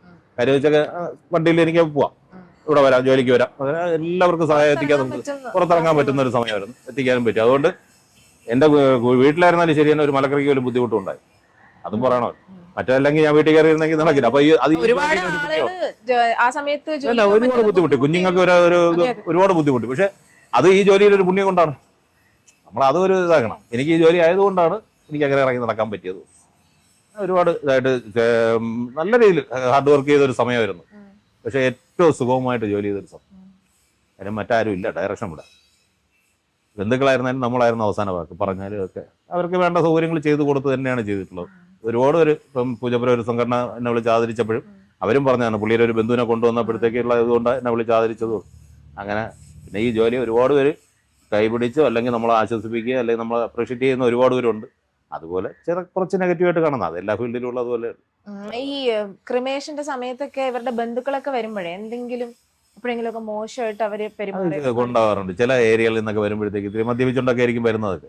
അപ്പൊ അവരുടെ കണ്ണിൽ ഇപ്പൊ എന്റെ കൂടെ നിൽക്കുന്നതായിട്ട് പറയാം, എന്റെ കൂടെ നിൽക്കുന്ന ആരും മദ്യപിക്കാറ്, ഞാൻ അങ്ങനെ നിർത്താറുമില്ല. കാര്യം വെച്ചാൽ നമ്മളെങ്കിലും പെർഫെക്റ്റ് ആവണ്ടേ. എല്ലാവരും കഴിക്കുന്നവരാണ്, അതൊക്കെ കഴിഞ്ഞിട്ട്, അല്ലാതെ അതിനകത്ത് മദ്യപിച്ചുകൊണ്ട് നിർത്താറില്ല. പക്ഷെ എന്നാൽ പോലും അവര് കഴിച്ചുകൊണ്ട് വന്നിട്ടൊക്കെ ആയിരിക്കാം നിസ്സാര കാര്യങ്ങൾ പറഞ്ഞ് ഇതാക്കുന്നുണ്ട്. കാര്യം ഇതിന് ഈ ജോലിയെ സംബന്ധിച്ചോളം റിസ്ക് ഉണ്ടോ എന്ന് വെച്ചാൽ റിസ്ക്കും ഇല്ല. കാര്യം ഒരാൾ മരിച്ചു, ഇനി അത് ദഹിപ്പിക്കുക എന്നുള്ളത് മാത്രമേ. കാരണം ഇനിയിപ്പോൾ നമുക്ക് ജീവൻ കൊടുക്കാനൊന്നും പറ്റില്ല. പക്ഷെ ഒരുപാട് റിസ്ക് ഉള്ള ഒരു ഇതാണ്. കാര്യം നിസ്സാരം നമ്മൾ ഈ ട്രോളിയുടെ പുറത്തെടുത്ത് വയ്ക്കുന്നപ്പോൾ ആ വയ്ക്കുന്ന സമയത്ത് ആ ട്രോളിയുടെ കമ്പൊന്ന് നീങ്ങിപ്പോയാൽ, നമ്മളൊന്ന് അശ്രദ്ധ എന്തെങ്കിലും നീങ്ങിപ്പോയി ബോഡി ഒന്ന് താന്നു പോയി കഴിഞ്ഞാൽ അപ്പോഴും അടിക്കാൻ നിന്ന ആൾക്കാരുണ്ട്. പറഞ്ഞു മനസ്സിലായില്ല? അങ്ങനെ നമ്മൾ അനുഭവിച്ചിട്ടുണ്ട്. അങ്ങനെ എപ്പോഴെങ്കിലും പറ്റിയിട്ടുണ്ട്. ട്രോളി കമ്പ് നീങ്ങി പോയിട്ടും വേറെ ഒന്നുമില്ല, ഇതിൽ നിന്ന് താഴോട്ട് പോകും. ഒന്നും നമുക്കൊന്നും ചെയ്യാൻ പറ്റില്ല. അവര് പിടിച്ചു വെക്കുന്നതൊക്കെ അവരാണ്, നമ്മളൊന്ന് സപ്പോർട്ട് ചെയ്ത് കൊടുക്കുന്നേ ഉള്ളൂ. ആ നേരെ പിടിക്കാതെയൊക്കെ ആയിരിക്കും ഇത് തറയിൽ പോകുന്നത്. പക്ഷെ അപ്പോഴും അവർ പറഞ്ഞു വെച്ചാൽ ഈ ചീളി നേരെയായിട്ടില്ല, അതൊക്കെ എന്തോ നോക്കിക്കൊണ്ടിരിക്കുന്നത് എന്നൊക്കെ ചോദിച്ച സമയങ്ങളുണ്ട്. നിങ്ങൾ എങ്ങനെ പ്രതികരിക്കും? ഒന്നുമില്ല, അതിൽ കൊള്ളാന്നുള്ള ആരെങ്കിലും ഉണ്ടോ നോക്കുമ്പോൾ അതൊക്കെ വിളിച്ചിട്ടാണ് ഇതാണ് സംഭവിച്ചത്, നമ്മളെ തോളി കയറിട്ട് ഒന്നും ചെയ്യാൻ അങ്ങനെ പറ്റുള്ളൂ. കാര്യം നമ്മൾ തിരിച്ച് വയലന്റ് ആയാല് കോർപ്പറേഷനിൽ ഒരു പരാതി പോയാലും നമ്മളെ അവിടെ മോശക്കാരാവും. കാര്യം അവിടെ നിൽക്കുന്നവർ മോശമായിട്ട് പെരുമാറി എന്നേ പറയും. അത് വേണ്ട. പിന്നെ ഈ വരുന്നവരുടെ ഒരു മാനസികാവസ്ഥയാണ്. ഒരിക്കലും ഈ വരുന്ന ആൾക്കാരിൽ ബന്ധുക്കൾ ആരും വലുതായിട്ട് വയലന്റ് ആവും. ൊക്കെ ഇരിക്കുന്ന ആൾക്കാരുണ്ട്, ആംബുലൻസ് വരുമ്പോൾ കൂടെ കഴിഞ്ഞ് കയറി ഉള്ള ഓപ്പണായിട്ട് പറയാം, ഒരുപാട് ഡയറക്ഷൻ വിടാങ്ങാം. അത് സംഭവിക്കും. അങ്ങനെയുള്ളവർ നോക്കുമ്പോഴത്തേക്ക് എന്തെങ്കിലും കാരണങ്ങൾ നിസ്സാര കാരണങ്ങൾ വെച്ച് ഉടക്കിയിട്ടുമുണ്ട്. എന്നാൽ ഒരുപാട് പേര് ഇന്നും വന്ന അന്ന് തൊട്ട് നമ്മൾ ആ പെരുമാറ്റം കൊണ്ടാവാം വന്ന അന്ന് തൊട്ട് നമ്മളെ സ്നേഹിക്കുക അല്ലെങ്കിൽ എവിടെ വെച്ച് കണ്ടിരുന്നാലും എന്താണ് എന്ന് ചോദിക്കുന്നവരും ഉണ്ട്. കുറ്റപ്പെടുത്താനെന്ന് വെച്ചാൽ അതെല്ലാ ഇതിലുള്ളതല്ലേ, സ്വാഭാവികം. അവർക്കൊരു സുഖം, അത്രയും നമ്മളങ്ങനെ കാണുന്നുള്ളത്. പിന്നെ ഇത്തിരി വയലന്റ് ആവുന്നുണ്ടെങ്കിൽ അതിൽ ആരെങ്കിലും ഒരാളെങ്കിലും കാണുമല്ലോ, ഇത് പറഞ്ഞാൽ മനസ്സിലാവുന്ന ആരെങ്കിലും വിളിച്ചിട്ട് ചേട്ടാ ഇതാണ് സംഭവിച്ചതെന്ന് പറഞ്ഞു വിടാറുണ്ട്. അങ്ങനെയൊക്കെ ഉണ്ട് ഈ ഫീൽഡിൽ, ഒരുപാടുണ്ട്. അതാ ഞാൻ പറഞ്ഞത്, റിസ്ക് ഉണ്ടോയെന്ന് ചോദിച്ചാൽ വേറെ ഒന്നും നമുക്ക് ചെയ്യാനില്ല, ഇനി ദയിപ്പിക്കുക എന്നുള്ളത് മാത്രമേ ഉള്ളൂ. പക്ഷെ അതിൽ കുറ്റം കണ്ടുപിടിക്കാനോ അല്ലെങ്കിൽ ഒരുപാട് റിസ്ക് ഉള്ളൊരു വർക്കുമാണ്. ബോഡി കയറി അത് അകത്ത് കയറി കറക്റ്റായിട്ട് സീറ്റിംഗ് ചെയ്ത് കത്തുന്നത് വരെ നമ്മൾ ഭഗവാനെ വിളിച്ച് നിൽക്കുക എന്നുള്ളതാണ്. കാര്യം വെച്ചാൽ എന്തെങ്കിലും പറ്റിപ്പോയി അപ്പോഴടിക്കുകയാണ്. കാര്യം അത് മോശം, അതൊക്കെ ഉണ്ടാവാറുണ്ട്. നമ്മൾ നാക്ക് വെറുതെ ഇരിക്കില്ല, നമ്മൾ വല്ലതൊക്കെ പറയും ഒഴിവാക്കി വിടും. അത് വേറൊരു വശം, നമ്മൾ കൊള്ളേണ്ട കാര്യമൊന്നുമില്ലല്ലോ. അപ്പൊ അങ്ങനെയൊക്കെ നമ്മൾ ചെയ്ത് വിടാറുണ്ട്. മാക്സിമം കാല് പിടിച്ച് പറഞ്ഞ് തന്നെ വിടും, പോട്ടെ ഏട്ടാ ശ്രമിച്ചോളാം എന്ന് പറഞ്ഞു വിടണത്. പിന്നെ ഒരു ഈ പറഞ്ഞില്ലേ ഈ ബന്ധുക്കളായിരിക്കില്ല കൂടുതലും വയലന്റ് ആവുന്നത്, കൂടെ വരുന്ന ആരെങ്കിലും ഒക്കെ ആയിരിക്കും. ഈ പ്രൊസീജിയർ എന്താണ്? ഒരു ബോഡി കത്തിക്കുന്നത് വരെ, ബോഡി ഇവിടെ വന്ന് എത്തി കത്തിക്കുന്നത് അല്ല, ഇത് നമ്മളിവിടെ ഇപ്പൊ ശാന്തികവാടത്തിന്റെ റൂൾ അനുസരിച്ച് നമ്മൾ ഒരു ബോഡി മരണം നടന്നു കഴിഞ്ഞാലോ ഒന്ന് ആശുപത്രി കേസ് എന്തെങ്കിലും ആണെങ്കിൽ ഇവിടെ വിളിച്ച് ടൈം ബുക്ക് 8 മണി തൊട്ട് നമ്മളൊരു സ്ലോട്ട് ഉണ്ടാവുമല്ലോ, അതിന് കണക്കാക്കി ബുക്ക് ചെയ്യുക. ഏത് സമയമാണെന്നുള്ള അവർക്ക് ഒരു സമയം കാണും. ഇപ്പോൾ 12 മണി ആ 12 മണിക്ക് ബുക്ക് ചെയ്യുന്നു, രാഹുൽ ഇതൊക്കെ നോക്കി ബുക്ക് ചെയ്യും. ബുക്ക് ചെയ്ത് കഴിഞ്ഞ് കഴിഞ്ഞാൽ നോർമൽ മരണമാണെങ്കിൽ മരിച്ച ആളിൻ്റെയും ബന്ധുവിൻ്റെ ആധാറിൻ്റെ കോപ്പി അതിവിടെ സബ്മിറ്റ് ചെയ്യണം. പിന്നെ സൂയിസൈഡോ അങ്ങനെ എന്തെങ്കിലും ആണെങ്കിൽ FIRന്റെ കോപ്പിയും കൂടെ വാങ്ങി, ഒരു സേഫ്റ്റിക്ക് വേണ്ടിയിട്ട്. കാര്യം മിസ്യൂസിങ് വരാമല്ലോ, അതുകൊണ്ട് അങ്ങനെ ചെയ്യുന്നതാണ്. അപ്പോൾ അത് വാങ്ങിച്ചു വയ്ക്കുന്നു. വാങ്ങിച്ചു കഴിഞ്ഞാൽ പിന്നെ ഇവിടെ വന്ന് ആ സമയത്ത് എത്തിയാൽ മതി. എത്തി ക്യാഷ് അടച്ചു കഴിഞ്ഞാൽ 1600 രൂപയേ ഉള്ളൂ. ബാക്കി എല്ലായിടത്തും ചാർജുകൾ കൂടുതലാണ്. ഇവിടെ സംബന്ധിച്ചുള്ള കോർപ്പറേഷൻ അതൊക്കെ ഒരു ഇതാക്കിയിട്ടുണ്ട്. 1600 രൂപയേ ഉള്ളൂ. 1600 രൂപയിൽ അത് അടച്ച്. അതിൽ BPLന് 850, BPL കാർഡുകാർക്ക് 850 രൂപ, അങ്ങനെ ഒരു സാധനം. അപ്പോൾ അത് കാർഡിൻ്റെ കോപ്പി കൊടുക്കണം. അതും കൂടെ കൊടുത്ത് അത് അടച്ചു കഴിഞ്ഞാൽ പിന്നെ അവർക്ക് കർമ്മം ചെയ്ത് പിന്നെ ഇവിടുത്തെ ഒരു സമയം കൂടെ നോക്കുക. കാര്യം ഞാൻ പറഞ്ഞില്ലേ, ചില സമയത്ത് ഒരു 10 മിനിറ്റ് വെയിറ്റ് ചെയ്യേണ്ടിയൊക്കെ വന്നു കഴിഞ്ഞാൽ അത് നമ്മൾ പറയും തുടങ്ങിക്കോളാൻ പറഞ്ഞു കഴിഞ്ഞാൽ അത് കർമ്മം ചെയ്യുന്നു. കർമ്മം ചെയ്ത് പിന്നെ ആ ട്രോളിയുടെ അടുത്ത് എത്തി ആ ട്രോളിയുടെ അടുത്ത് വയ്ക്കുന്നവരെ ബന്ധുക്കൾക്ക് ഇതായിരുന്നു. അത് കഴിഞ്ഞ് അവർ മാറിയിരിക്കുക. പിന്നെ ട്രോളി അകത്ത് കയറ്റി ബോഡി അവിടെ ഇത് ചെയ്യുക. തിരിച്ച് ട്രോളി മാത്രം വെളിയിലെടുക്കുന്നു, ബോഡി അകത്തിരിക്കുന്നു. 1.5 മണിക്കൂർ ഒരു ബോഡി തീരാനായിട്ടാവും ശരാശരി. അതിൽ 3/4 മണിക്കൂർ കൊണ്ട് 1 മണിക്കൂർ കൊണ്ട് തീരുന്ന ബോഡികളും ഉണ്ട്, 1.25 മണിക്കൂറായാലും തീരാത്ത ബോഡികളും ഉണ്ട്. അത് ചില ബോഡികളുടെ ഒരു രീതിയുണ്ട്. കാര്യം ഇപ്പോൾ നമ്മളൊരു അനുഭവം വെച്ച് പറയാണ്, നല്ല ഹെവി ബോഡി സൈസുള്ള ബോഡിയും അല്ലെങ്കിൽ ഒരു ലേഡി ബോഡിയൊക്കെ ആണെങ്കിൽ, ലേഡീസിൻ്റെ ബോഡിയൊക്കെ ആണെന്നുണ്ടെങ്കിൽ പെട്ടെന്ന് തീരും. ഫാറ്റ് ഉള്ളതുകൊണ്ട് ഇത് കത്താൻ നമ്മുടെ ശരീരത്തിൽ തന്നെ ഉണ്ട് നെയ്യ്. ബോഡിയിലൊന്ന് തീ പിടിച്ച് കഴിഞ്ഞാൽ അത് കത്തിക്കോളും. അങ്ങനെയാണ് അതിൻ്റെ പ്രൊസീജിയർ. നല്ല സ്ലിമ്മാണ് എങ്കിൽ ശകലം ഒന്ന് താമസിക്കും കത്തി വരാനായി. എല്ലാവരും കാണുമ്പോൾ നല്ല സൈസൊക്കെ ഉള്ളതാണെങ്കിൽ ഒരുപാട് നേരം കത്തുമെന്ന് പറയാം, ഒന്നുമില്ല, പെട്ടെന്ന്. അത് പക്ഷെ തീ കൂടുതലായിരിക്കും, ഓവർ ഹീറ്റൊക്കെ ആയിപ്പോവും, പക്ഷെ പെട്ടെന്ന് തീരും. അതാണ് അതിൻ്റെ ഇതെന്ന് പറയുന്നത്. പിന്നെ 1.5 മണിക്കൂർ കൊണ്ട് കഴിയും. അടുത്ത ഇതൊക്കെ ബെഡുണ്ട്, ആ ബെഡ് ക്ലീൻ ചെയ്ത് കഴിഞ്ഞാൽ അടുത്ത ബോഡി കയറ്റാം. അങ്ങനെയാണ് ചെയ്തുകൊണ്ടിരിക്കുന്നത്. എന്നിട്ട് അതിന് ഒരു 9 പീസ് എടുത്ത് കലശത്തിലാക്കി വയ്ക്കും, ചടങ്ങ് ചെയ്യാൻ വേണ്ടിയിട്ട്. അപ്പോഴേ തന്നെ കെട്ടി വയ്ക്കും. ക്രിസ്ത്യാനി വേണ്ടെന്ന് പറയും. ചിലർ ഫുള്ളായിട്ട് എടുക്കും. ഈ ബ്രാഹ്മൺ സമുദായമുണ്ട്, അവർ ഫുള്ളായിട്ട് കൊണ്ടുപോകും. അങ്ങനെയൊക്കെ ഓരോ റിലീജിയൻസ് അനുസരിച്ച് ഓരോ അവര് കൊണ്ടുപോയിട്ട് ഇവിടെ വയ്ക്കുന്നത്. നമ്മളെ പള്ളികളിൽ തന്നെ അവരുടെ കല്ലറകൾ ഉണ്ടെങ്കിൽ അതിൽ സൂക്ഷിക്കാറുണ്ട്. ചില ബോഡിക്ക് പകരം ദഹിപ്പിച്ചതിന് ശേഷം ഇത് മൊത്തത്തിൽ വാങ്ങിച്ചിട്ട് അവിടെ കൊണ്ട് സൂക്ഷിക്കുക, അങ്ങനെ വയ്ക്കുന്നവരുണ്ട്. ചിലർ വേണ്ടാന്ന് വയ്ക്കും, ആഷ് വേണ്ടാന്ന് എഴുതിയിട്ട്. അങ്ങനെ വേണ്ട ആഷ് താല്പര്യമില്ലാതെയൊക്കെ ആണെങ്കിൽ വേണ്ടാന്ന് വയ്ക്കും. അല്ലെങ്കിൽ ഈ ഹിന്ദു ബേസ് ചെയ്താണെങ്കിൽ ഈ 9 പീസ് എടുത്തിട്ട് അവർ സഞ്ചയന്യം എന്ന് പറയുന്ന ദിവസമോ അല്ലെങ്കിൽ പിറ്റേ ദിവസം ഒന്ന് വാങ്ങിച്ച് കൊണ്ടുപോകുക, അല്ലെങ്കിൽ ഇവിടെ വെച്ച് ചടങ്ങ് ചെയ്ത് അങ്ങ് കൊണ്ടുപോവുകയും ചെയ്യും. അങ്ങനെയാണ് അതിന്റെ ഒരു ചെയ്യുന്നതിന്റെ ഇടയ്ക്ക് എപ്പോഴെങ്കിലും ടെക്നിക്കലി എന്തെങ്കിലും ബുദ്ധിമുട്ട് എററൊക്കെ വന്ന് നിന്നിട്ടോ എന്തെങ്കിലും പ്രശ്നം അങ്ങനെയൊക്കെ വന്നിട്ടുണ്ട്. കാര്യം ഡോർസ് ഒക്കെ ആവാറുണ്ട്. അപ്പൊ ഇത് മതമായിട്ടോ അല്ലെങ്കിൽ അങ്ങനെ ദുശകനമൊക്കെ ആയിട്ടൊക്കെ അല്ലേ? അങ്ങനെയല്ല. ഇതിപ്പോ നമ്മളെ ഞാനതും ചിലര് ഇതുമായിട്ടൊക്കെ ബന്ധപ്പെട്ട ആൾക്കാരോട്ട് ഞാൻ സംസാരിക്കാറുണ്ട്. അതുകൊണ്ടാണ് ഇപ്പം ചില മരണങ്ങൾ നടന്നു കഴിഞ്ഞാൽ വീട്ടുകളിൽ നിന്ന് കോഴിയെ കൊണ്ടുപോയി അല്ലെങ്കിൽ ഒരു മുട്ട വാങ്ങിച്ചുണ്ട്. കരിനാളെന്നാ പറയുന്നത്. തിരുവനന്തപുരത്തേ ഉള്ളൂ, അത് മറ്റൊരു സ്ഥലങ്ങളിലൊന്നും ഇല്ല. കരിനാളെന്ന് പറയും. ഒരു മരണം നടന്നാൽ എൻ്റെ ഒരു സംസാരിച്ച് അറിവ് വെച്ച് പറയണം, ഒരു മരണം നടന്ന ഒരു ദോഷം ഉണ്ടാവും. എന്തെങ്കിലും ദോഷത്തിലായിരിക്കും ഒരു മരണം നടക്കുന്നത്. ശനി ആണ് കൂടുതൽ പറയും. ഈ ദോഷത്തിലൊക്കെയാണ് മരണം നടക്കുന്നത് പറയും. അപ്പോൾ ഒരു പണ്ടെന്ന് പറഞ്ഞാൽ ഒരു വീട്ടിലൊരു കോഴി ഉണ്ടെങ്കിൽ അത് ഒരു കുടുംബത്തെ പോലെ ആ വീട്ടിലായിരിക്കും അത് വിരിഞ്ഞതും വളർന്നതും ഒക്കെ അവിടെ ആയിരിക്കും. ഇപ്പൊ അതിന് പകരം ചെയ്യുന്നത് വെച്ചാൽ വരണ വഴിക്ക് കടയിൽ നിന്ന് വെള്ളക്കോഴിയെങ്കിൽ വെള്ളക്കോഴി, അല്ലെങ്കിൽ ഒരു മുട്ടയും വാങ്ങിച്ചോണ്ട് വരിക, അങ്ങനെ അറുത്തിട്ട് അത് ഒഴിച്ചു കഴിഞ്ഞാൽ തീരുമെന്നാണ് പറയുന്നത്. അതാണ് ഒരു വിശ്വാസം. പക്ഷെ അത് അങ്ങനെ അല്ല. ഇവിടെ ചെയ്യാറുണ്ട്, ഇപ്പോഴും ചെയ്യുന്നുണ്ട്. നമ്മളതൊന്നും മാറ്റി വയ്ക്കാറില്ല. ആൾക്കാർ വരുന്നവർക്ക് അത് ചെയ്തു കൊടുക്കാറുണ്ട്. അതൊന്നും ഓരോരുത്തരുടെ വിശ്വാസമല്ലേ, അങ്ങനെ ചെയ്തൊന്നും. പക്ഷേ ഇങ്ങനെ ഇത് സംഭവിച്ച് ശകുനം എന്ന് പറയാല്ല. അപ്പോഴും പറഞ്ഞ വെച്ചാൽ അവനും ജോലി അറിയില്ല എന്ന് പറഞ്ഞ് ഉടക്കിയിട്ടേ ഉള്ളൂ. അതാണ് അതിൻ്റെ സത്യം. ഇപ്പം പെട്ടെന്ന് സപ്ലൈ പോയി, അപ്പോൾ അതിനെ മാനുവൽ ആക്കണം. അതിനൊരു 10 മിനിറ്റ് എടുക്കും. ആ സമയം അവർ പറഞ്ഞ വെച്ചാൽ അവർക്ക് തൊഴിലറിയാത്തതുകൊണ്ടാണെന്നേ പറയും. അങ്ങനെയൊക്കെ പറയുള്ളൂ. പക്ഷെ അതല്ലാതെ ഈ അത് ഏതായിരുന്നാലും നമ്മൾ അതാ പറഞ്ഞ അവരിറങ്ങുന്നവരെ നമ്മൾ പക്കയായിട്ട് നിന്നേ പോയി. തിരിച്ച് ഈ വിശ്വാസത്തിൻ്റെ ഇത് പറയണമെങ്കിൽ ഇങ്ങനെയാണ് പറയുന്നത്. കരിനാളെന്ന് പറഞ്ഞിട്ട് കോഴിയെ കൊണ്ടുവരിക, മുട്ട പൊട്ടിച്ചൊഴിക്കുക, ഇങ്ങനെയൊക്കെ ചെയ്യാറുണ്ട്. ഞാനൊരു ഇതായിട്ട് അന്വേഷിച്ചപ്പോഴത്തേക്ക് ഇത് തിരുവനന്തപുരത്ത് മാത്രമുള്ള ഒരു സംവിധാനം ഈ കരിനാളെന്ന് പറയുന്നത്. പക്ഷേ ദോഷം ഉണ്ടാവും. അതിപ്പോൾ ഈ പരശുരാമ ക്ഷേത്രത്തിൽ എവിടെയെങ്കിലും പോയി കഴിഞ്ഞാൽ ചെറിയ ചെറിയ പൂജയുടെ കൂട്ടത്തിൽ ബലിയൊക്കെ ഇടുന്നതിൻ്റെ കൂട്ടത്തിൽ ചെയ്തു പോകാന്നുള്ള കാര്യങ്ങളാണ് സാധാരണ ഉള്ളത്. ഈ കോഴി എന്ന് പറയുന്നതിൽ കാര്യമില്ല. ഇവിടെ വിട്ടാതില്ലെന്നാണ്, തിരുവനന്തപുരത്ത് മാത്രമേ ഉള്ളൂ. പക്ഷേ ഈ കരിനാളിന് ഈ ദോഷങ്ങൾക്ക് അപ്പോഴും ഈ 16 ദിവസം കഴിഞ്ഞാൽ നമുക്ക് ക്ഷേത്രത്തിൽ കയറാം. അതുവരെ ഉള്ളത് പറയുന്നത് ഗരുഡ പുരാണം എന്ന് പറഞ്ഞ ബുക്കിൽ ഞാൻ വായിച്ചതാണ്. കാന്താരിയും കടുകും തലയ്ക്ക് ഒഴിഞ്ഞ് ബോഡിയുടെ തലയ്ക്ക് ഇത് വരുന്ന കർമ്മം ചെയ്യുന്ന ആളുടെ തലയ്ക്ക് ഒഴിഞ്ഞ് ബോഡിയിലിട്ട് കത്തിക്കാൻ പറയണം, ദോഷം തീരാനായിട്ട്.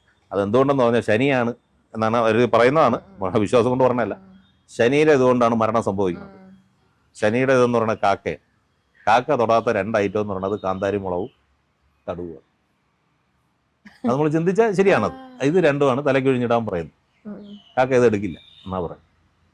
ഞാനും ആലോചിച്ചപ്പോൾ ഇതുവരെ ഞാൻ കണ്ടിട്ടില്ല. അങ്ങനെ പറയുന്നുണ്ട് തൽക്കാല ശാന്തി. ഇത് കഴിഞ്ഞാൽ ഈ പൂജയൊക്കെ ചെയ്ത് അങ്ങനെ ചെയ്യാറുണ്ട്. പിന്നെ ചില കരയോഗക്കാർ അത് ചെയ്യാറുണ്ട്. അതൊക്കെ ഇതെല്ലാം നമ്മളെ വിശ്വാസം. ഇതൊന്നും ചെയ്യാതില്ലെങ്കിൽ ഇപ്പോൾ കോവിഡ് സമയത്ത് ഇതൊന്നുമില്ല, കർമ്മം ചെയ്തിട്ടില്ല, വേറെ ഒന്നും ചെയ്തിട്ടില്ല, അവർക്കാർക്കും ഒരു ദോഷവുമില്ല. ഇതെല്ലാം നമ്മളെ സമാധാനത്തിന് വേണ്ടിയിട്ടാണ്. പിന്നെ ഇതൊക്കെ ഉണ്ടാക്കി വെച്ചേക്കുന്നത് നല്ലതിനെന്നാണ് ഞാൻ പറയുള്ളൂ. കാര്യം വെച്ച് കഴിഞ്ഞാൽ ഇപ്പോൾ ഈ കോവിഡായിട്ട് ബന്ധപ്പെട്ട് നോക്കിയാൽ നമ്മളെ ഒരു ക്വാറന്റൈൻ പീരീഡ് 14 ദിവസം ക്വാറന്റൈനിൽ പറയും. ഇത് തന്നെയല്ലേ ഒരു മരണം നടന്ന വീട്ടിൽ 16 ദിവസം ബലിയിട്ട് ആചരിക്കുന്നത്. ബലിയിട്ട് ആചരിക്കുന്നത് ഇതാണ്. കാര്യം വെച്ചാൽ പണ്ട് മരണം നടക്കുന്ന എന്താ പറയുക, സൂയിസൈഡൊക്കെ വളരെ കുറവാണ്. ഒരു 80-85 വയസ്സൊക്കെ കഴിയുമ്പോൾ വീട്ടിലൊരു മരണം നടക്കും. അത് കുറച്ച് നാൾ കിടന്ന് അങ്ങനെയൊക്കെ ആയിരിക്കും. അപ്പോൾ എന്തായാലും ഒരു രോഗാണുവിൻ്റെ ഇത് ആ കുടുംബത്തിനകത്തുണ്ടാവും, ആ വീട്ടിലുണ്ടാവും. ഒരു അസുഖമൊക്കെ നടന്നില്ലേ, ഇപ്പം മലമൂത്ര വിസർജനമൊക്കെ നടത്തിയ ഒരു നെഗറ്റീവ് ഇത് അതിനകത്തുണ്ടാവും. ഇപ്പോൾ ഒരു മരണം നടന്നു കഴിഞ്ഞാൽ ആദ്യം ചെയ്യുന്നത് ഈ ബോഡി ദഹിപ്പിക്കുക, അവർ കൊടുത്തിരുന്ന അല്ലെങ്കിൽ അവർ ഉപയോഗിച്ചിരുന്ന സാധനങ്ങളെല്ലാം വരിയിട്ട് കത്തിക്കുക. അത് കഴിഞ്ഞ് എല്ലാ ദിവസവും രാവിലെ വീട് വൃത്തിയാക്കി ബലിയിടുക എന്ന് പറയും. സൂക്ഷിച്ചു വെക്കുന്ന ആൾക്കാരുണ്ടല്ലോ. അല്ല, അത് ഇതൊക്കെ സൂക്ഷിച്ച് വെക്കും, ഓർണമെന്റ്സ് അതൊക്കെ വെക്കും, ബാക്കിയുള്ളതൊക്കെ കത്തിക്കുള്ളൂ. ഞാൻ പറഞ്ഞത് അതുവരെ ഉപയോഗിച്ചുകൊണ്ടിരുന്ന എല്ലാം മാറ്റി വീടൊക്കെ വൃത്തിയാക്കിയൊക്കെ കഴിഞ്ഞിട്ട് പിന്നെ ഈ 16 ദിവസവും ബലിയിടുക എന്ന് പറയുന്നത് ഇത് തന്നെയാണ്. ആ ദിവസം ഈ ബലിയിടുന്ന ആളോ ആ കുടുംബത്തിലുള്ള ആരും വെളിയിലോട്ട് പോകില്ല. നമ്മളിപ്പോൾ ഒരു മരണ വീട്ടിൽ ചെന്നിരുന്നാൽ വീട്ടിൽ വരുമ്പോൾ പറയും കുളിച്ചിട്ട് അത് കയറാം. അത് പറയുന്നത് ഇതിനോണ്ടാണ്. അവിടെ ഒരു നെഗറ്റീവ് ബേസ് ഉണ്ട്. ഈ 16 ദിവസം കഴിയുമ്പോൾ നമ്മൾ ഈ ചാണകവെള്ളം തെളിച്ചും ഡെയിലി ക്ലീൻ ചെയ്തും ഒക്കെ അതങ്ങ് മാറും. ഇത് തന്നെയാണ് ഈ 14 ദിവസത്തെ ക്വാറന്റൈനിൽ കൊണ്ട് ഉദ്ദേശിക്കുന്നത്. അതേ മെത്തേഡ് തന്നെയാണ് ഇത്. 16 ദിവസം ബലിയിട്ട് ഇതൊന്നും മരിച്ചാലിന് വേണ്ട. ഇങ്ങനെയൊക്കെ പറയണമെങ്കിലും മാസബലിയെന്ന്.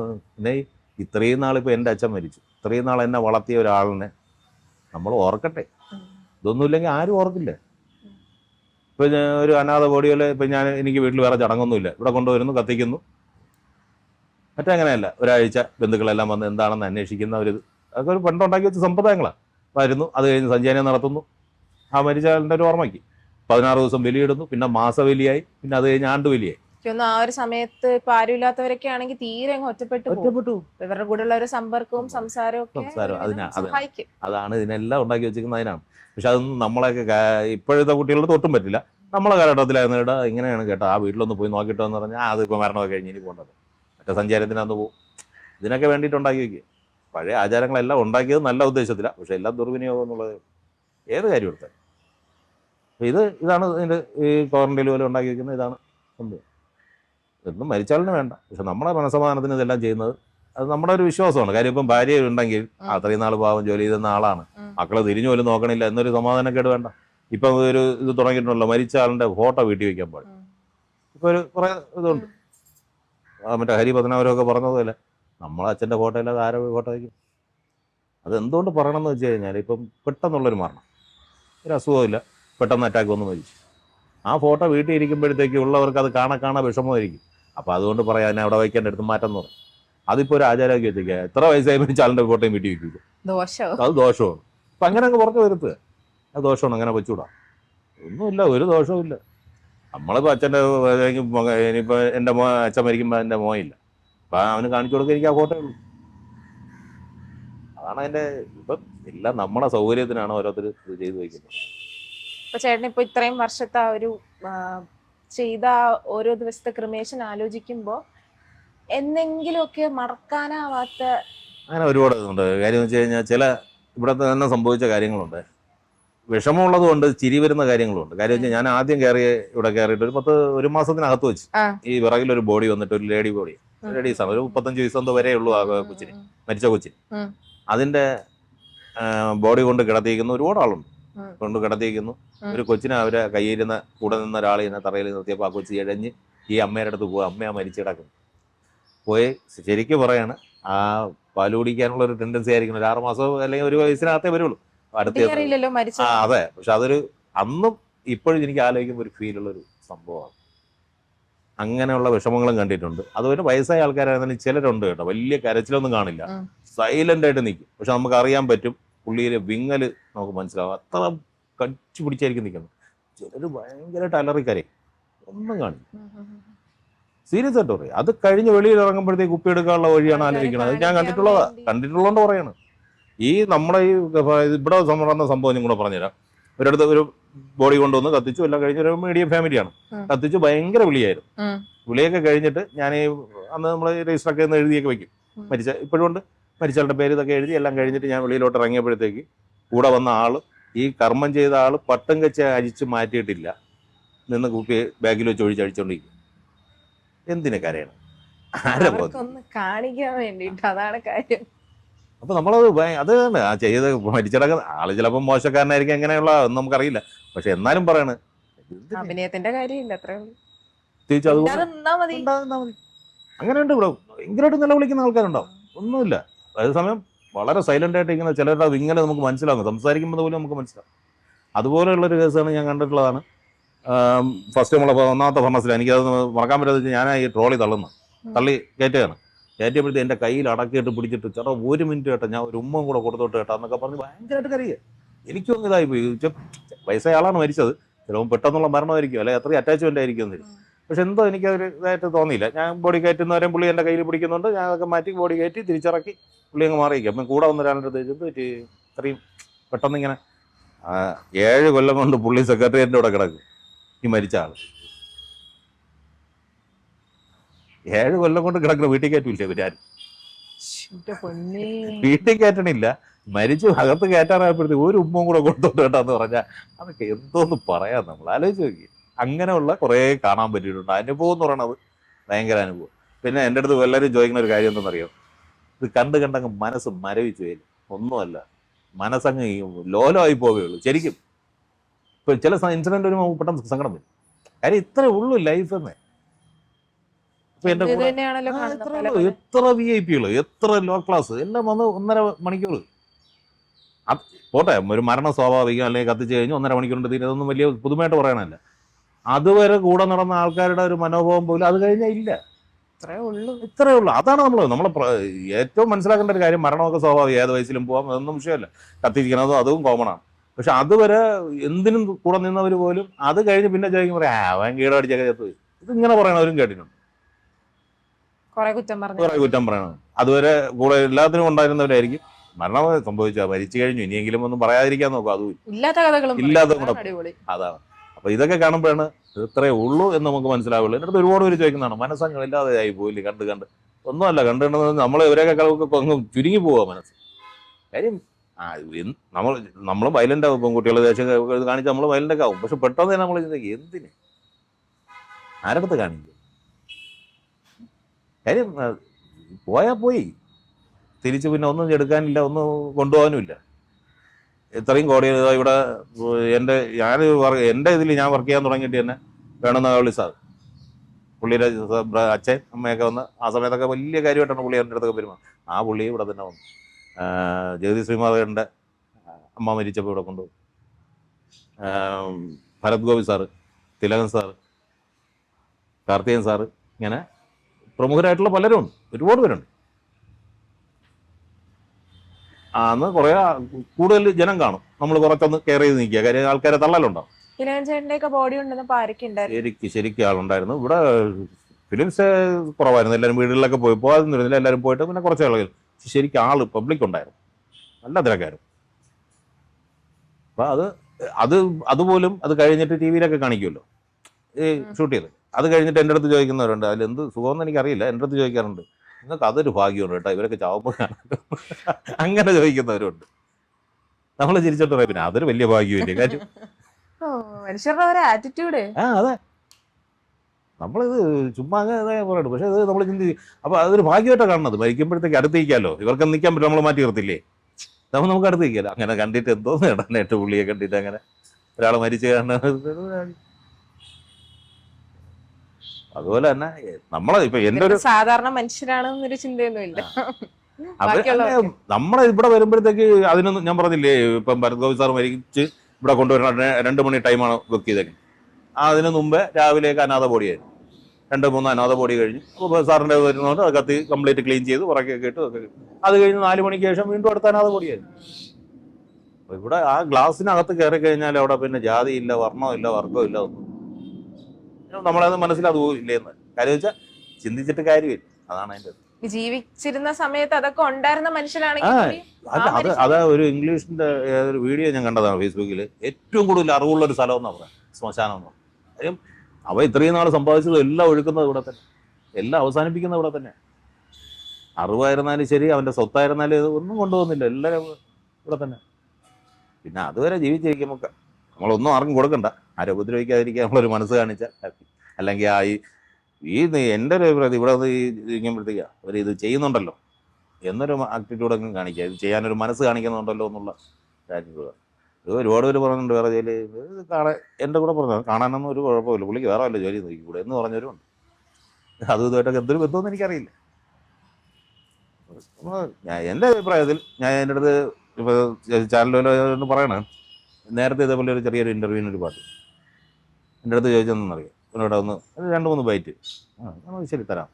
കുറച്ച് കഴിഞ്ഞിട്ട് വന്ന് അന്ന് നമ്മളെ തനിനിറം സാറ് മരിച്ചപ്പോഴാണ്, പഴയ ഒരു SI ഉണ്ടായിരുന്നു, തനിനിറമല്ല സോറി, മിന്നൽ പരമേശ്വരൻ നായർ എന്ന് പറഞ്ഞ് പഴയ ഒരു SI ഉണ്ടായിരുന്നു. പുള്ളി മരിച്ചതിൻ്റെ അന്ന് അവരെ കൂടെ വന്നൊരു ചാനലിൻ്റെ പാർട്ടി.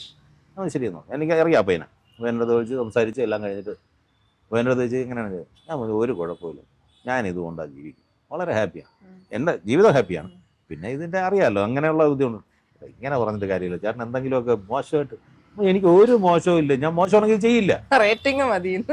അല്ല പറയാൻ നമുക്കൊരിത് വേണ്ടേ. നമ്മളിപ്പം പറയണോ അയ്യോ എനിക്ക് ഭയങ്കര വിഷമമുള്ള കേട്ടോ, ഓരോ ബോഡി കയറുമ്പോഴും ഞാൻ പൊട്ടിക്കരഞ്ഞു, അതൊന്നുമില്ല. അതൊക്കെ നമ്മൾ എന്തിനു വെറുതെ പറയാം, നിങ്ങൾ എന്നും കാണുന്നതാണ്. അതിപ്പോ ഡോക്ടർ ആയിരുന്നല്ലോ, പഠിച്ചിറങ്ങുന്ന ഒരു പുള്ളി. എനിക്കൊരു മുറിവ് കണ്ടാൽ ചിലപ്പോൾ ഇതാവും, ഞാനത് സ്റ്റിച്ച് ചെയ്തൊക്കെ പഠിച്ചു വരികയാണെന്നുണ്ടെങ്കിൽ എനിക്ക് പിന്നെ പറഞ്ഞില്ല, അതിന്റെ പ്രൊഫഷണൽ അങ്ങനെ എന്ത് ചെയ്യും. അതുപോലെ ഞാൻ നേരത്തെ ഇപ്പൊ ഇത് പറഞ്ഞു, ഡോക്ടർ കേസ് പറഞ്ഞിട്ടുണ്ടാ ഈ കുലപാലായ്മ എന്ന് പറഞ്ഞതുണ്ട്. എൻ്റെ അടുത്ത് ഒരുപാട് പേര് ചോദിക്കാറുണ്ട്, കോവിലൊക്കെ പോകാറുണ്ട്, അങ്ങനെ കുറിയുണ്ടോ ചോദിക്കുന്നത്. കോവിലൊക്കെ നിങ്ങൾക്ക് കുഴപ്പമില്ല അവിടെ ജോലിയും ചെയ്തിട്ട്. എനിക്കെന്തോ കുഴപ്പമൊന്നും, എൻ്റെ അച്ഛനോ അമ്മയോ രക്തബന്ധത്തിൽപ്പെട്ടവർ മരിക്കുമ്പോഴല്ലേ എനിക്കത് നോക്കണം. മരണം എല്ലാവർക്കും ഉള്ളതാണ്, അത് അപ്പോഴും നോക്കിയാൽ പോരെ. അല്ലാതെ ഇപ്പം എൻ്റെ ജോലി സംബന്ധമായിട്ട് ഞാൻ അത് നോക്കേണ്ട കാര്യമില്ല. എന്നെ വേറെ ഒന്നും അങ്ങനെ വിലയ്ക്ക് നിർത്തില്ല, സംശയം കൊണ്ട് ചോദിക്കുന്നതാണ്. ഇങ്ങനെ ഒരു കുഴപ്പമില്ല. അങ്ങനെ നോക്കുകയാണെന്നുണ്ടെങ്കിൽ പറഞ്ഞ പോലെ ഒരു കുഞ്ഞ് ജനിച്ചാലും മരിച്ചാലും, ഒരാൾ മരിച്ചാലും ജനിച്ചാലും വിലയുണ്ട്. അപ്പോൾ ഈ ഡെലിവറി എടുക്കുന്ന ഡോക്ടർമാരെല്ലാം വില ആചരിക്കണം, അല്ലെങ്കിൽ പോസ്റ്റ്മോർട്ടം നടത്തുന്ന എല്ലാവരും വില ആചരിക്കണം. അതല്ല നമ്മളെ രക്തബന്ധമാണെങ്കിലും ഇപ്പോൾ എൻ്റെ അമ്മ മരിച്ചു അല്ലെങ്കിൽ എൻ്റെ അച്ഛൻ മരിച്ചു, അത് നമ്മൾ ഇതാക്കും, അത്രേ ഉള്ളൂ. അല്ല ഇതൊക്കെ നമ്മൾ ഒരു വിശ്വാസം, അത് ഓരോരുത്തർക്കും ഓരോ രീതിയാണ്. ചിലർക്ക് കടുത്ത് എന്തെങ്കിലുമൊക്കെ ഇതായിട്ടുള്ള വിശ്വാസം കാണും, ചിലർക്ക് അതില്ലായിരിക്കും. എന്തായാലും നല്ലതിനാവണമെന്നുള്ളത് മാത്രമേ ഉള്ളൂ കാര്യം. അതല്ലാതെ നിൽക്കുന്നവരെ ഒന്ന് മാനിക്കുക, ഇന്ന തൊഴിൽ ചെയ്യണമുണ്ടല്ലോ മാനിച്ചാൽ മാത്രം മതി എന്നുള്ളതാണ്. വളരെ കുറച്ച് സമയം കൊണ്ട് ജാതി മത പാർട്ടി ഭേദമന്യേ ഒരു മനുഷ്യന്റെ ജീവൻ എത്രയോ നിസ്സാരമാണ്.